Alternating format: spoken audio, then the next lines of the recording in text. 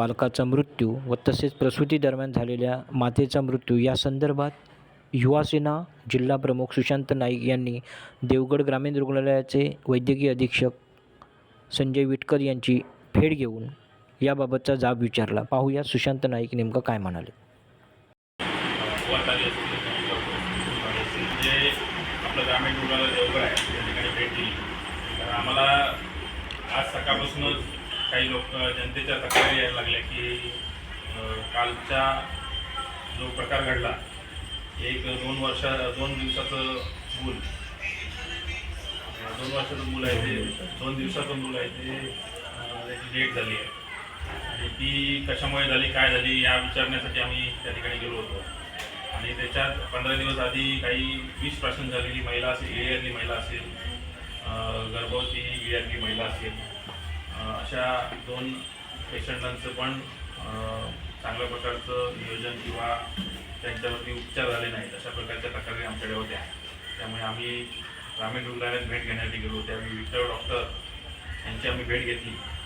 खरं म्हणजे ज्या आरोग्य व्यवस्थेत कमी डॉक्टर असून किंवा कमी कर्मचारी असून ते जे काही काम करत आहेत त्याच्यामुळे आम्ही सुद्धा अहवाल दिलो की कमी ह्याच्यामध्ये म्हणजे डॉक्टरांची संख्या कमी आहे, कर्मचाऱ्यांची संख्या कमी आहे, अशा अवस्थेत ते काम करत आहेत आणि यंत्रणा पण त्या पद्धतीने पुरवली जात नाही. कारण जे 2 दिवसाचं मूल त्या ठिकाणी गेलं तर आम्हाला असं कळलं की ॲम्ब्युलन्स जर त्या ठिकाणी वेळेवर किंवा उपलब्ध झाली असती तर त्या मुलाचा जीव वाचला असता. त्यामुळे त्या ठिकाणी ॲम्ब्युलन्स उपलब्ध नव्हती. त्या मुलाला त्या ठिकाणी रिक्षेने किंवा दुसऱ्या वाहनाने घेऊन जायची व्यवस्था करण्यात आली आणि ती जाईपर्यंत त्याचा ते राहिलं नाही आणि त्यामुळे ॲम्ब्युलन्स असती तर कदाचित त्या मुलाचा जीव वाचला असता अशी या ठिकाणी आमची माहिती मिळाली. खरं म्हणजे ही व्यवस्था होत असताना सर्व कर्मचारी असतील ते चांगले काम करत असतील पण ही यंत्रणा जी काही ग्रामीण रुग्णालयाला मिळाली पाहिजे ती यंत्रणा मिळत नाही. खरं म्हणजे या ठिकाणी नेतृत्व करणारे जे आमदार नितेश राणे आहेत यांनी ही यंत्रणा उपलब्ध करून गेली 15 वर्ष या ठिकाणी भाजपचाच आमदार आहे.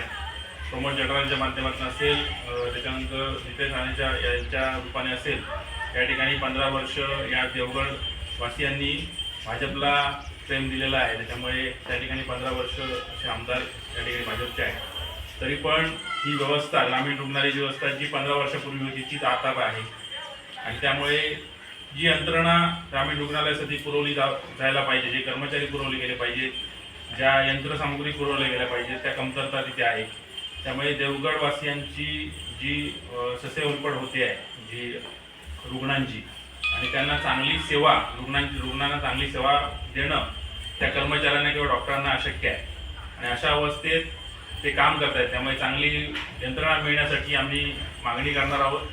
जिल्हा रुग्णालयाच्या इथे श्रीपाद पाटील सर आहेत, त्यांच्यासाठी आम्ही कार्डियाक ॲम्ब्युलन्स देवगडसाठी आपल्याला पाहिजे अशा पद्धतीची आम्ही मागणी श्रीपाद पाटील साहेबांकडे किंवा वरिष्ठ आमचे खासदार असतील यांच्याकडे करणार आहोत.